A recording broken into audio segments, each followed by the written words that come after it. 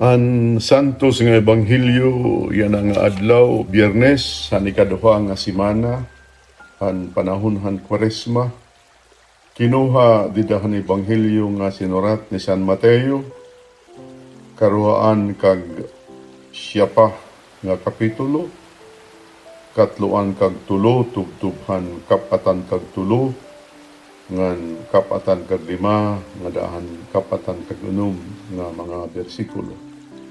Nagsiring ni Jesus, pamati kamo hinlain nga pananglitan, mayada hadto tag-iyahin utuna nga nag-umahin ubas.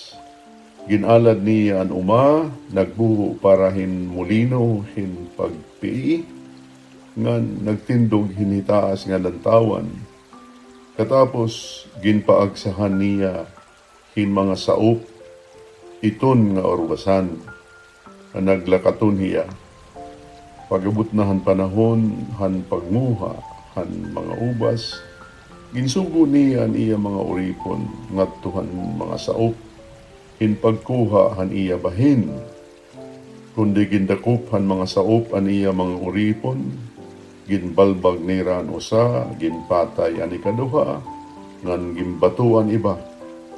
Nagsuguliwat ang tao, hin iba pa nga mga uripon, labaw pa kadamo han siyahan, kundi amo gihapon ang ginbuhat haira han mga saop.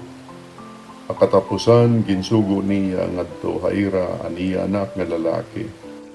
Nagsiring hiya, pawaray pagurahaduha, tatahuron nira an akon anak, kundi hapakakitahan mga saop han anak, may hinsiring haira anak inihantag iya, tanah, pataya tahiya.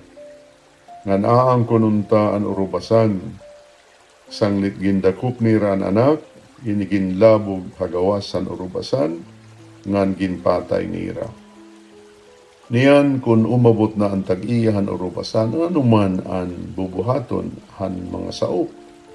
Nagpakaya na Jesus, binaton hira, papatayon gud niya. Adto nga magraot ng mga tao, ngan paagsahan niya ang urubasan, han iba nga mga saop, nga makakahatag haiya, han iya bahin, han igo nga panahon. Ginsiring hira ni Jesus, waray baka mo makabasa, han siring, han kasuratan, han bato nga ginsalikway, han mga magtirindog, nga waray gamit, nahimulugod, nga importante nga bato. Gimbuhat ini han Ginoo, pagkaurusahon gud, pagkiton. Sanglit na siring nga kuhaiyo, nagpadayo ni Jesus, kukuhaon ha iyo ang ginhadian ng Diyos, nga nihahatag han mga tao, nga makakahimo hinangay nga mga bunga. Nagabati han mga pananglitan ni Jesus, ang mga puno han kapadian, nga ang mga pariseyo, nga nakasabot hira, nga nagyakanhin mahitungod haira. Sanglit, nagtinguha hirahin pagdako pa iya, kundi nahadlok hirahan mga tao, nga nakilala kan Jesus, nga usa hiya nga manaragna. Ang maupay nga sumatan aton dayon nga katalawasan, paghimayaon ka Ginoo. Mga kabugtuan ko kang Kristo, sinakop pala kita handi na bay nga simana, han panahon han Kwaresma, ug ini nga ebanghelyo nga sinurat na San Mateo, usa nga pananglitan. Pero nagsusumat mahitungod ang historya mismo. Han kinabuhi han mga Hudiyo hadto nga panahon, nga gintagan hira, hinhigayon pagpiliahan Ginoo, base hira ang hinigugma nga pinili nga bungto sa Dios. Lugaring la, waray nira karawata ini nga grasya ngan pribilehiyo, waray nira ipakita an ira gugma, sugad man an ira pagpakita hin pagpasalamat sa Dios. Dida mismo han istorya han kinabuhi han mga Israelita, sugad-sugad hirahin mga saop, nga gintagan hin dako nga katungdanan, base mahibalik ngadto tag-ada hantuna an kaangayan. Sudahan ebanghelyo nga aton gimbasa yana, sugad-sugad inihin tutdo ha aton paghinumdum nga Jesus amo an anak ang Dios, nga amo ang gintutudlok kini nga pananglitan, nga amo an anak nga ginpatay han mga sao. Mga kabugtuan ko kang Kristo, dida kini nga panahon han Kwaresma hunahuna ata nga kita gihapon nga gintagan him pribilehyo him pag-angbit han pagin mga anak sa Dios, sugad-sugad hin mga sao. Kita ata kung ano ang aton pagtagad kan Jesus.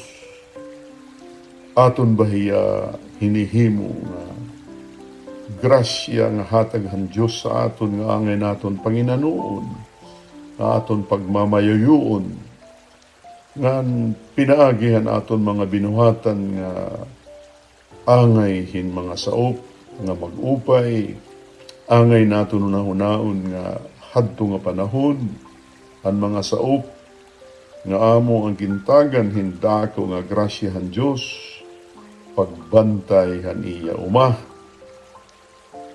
amo man gihapon ani hinatag aton. Mga kabugtuan ko kang Kristo, kita ta daw. Ano ang aton pagmayuyo kan Jesus? Ano ang aton pagsunod niya mga tutdo? Salit di dahil nga panahon ng Kwaresma, panahon ni pag-ino-ino, pagtirutimbang, pagunahuna, kung kita mag-upay nga mga tinapuran ang grasya na ginhatag aton bilang mga anak sa Diyos. May da pa pera kasimana, di dahil nga aton panahon han Kwaresma pag-andam, ang pagbag-o han aton mga saad han bunyag. Pangharo kita hing grasya, pag-abrihan naton kinabuhi, pag-abrihan naton kasing-kasing, baso naton matagamtaman, ang pangaro hin pasaylo. Ngan base kita gihapon makagbaliw ang aton kinabuhi, base hi Kristo mismo, amo ang aton maging magtaralwas. Pagabutan panahon nga magsasalinurog kita, han pagkabanhaw niya, tikanghan mga minatay. Maupay nga adlaw, haiyo nga tanan.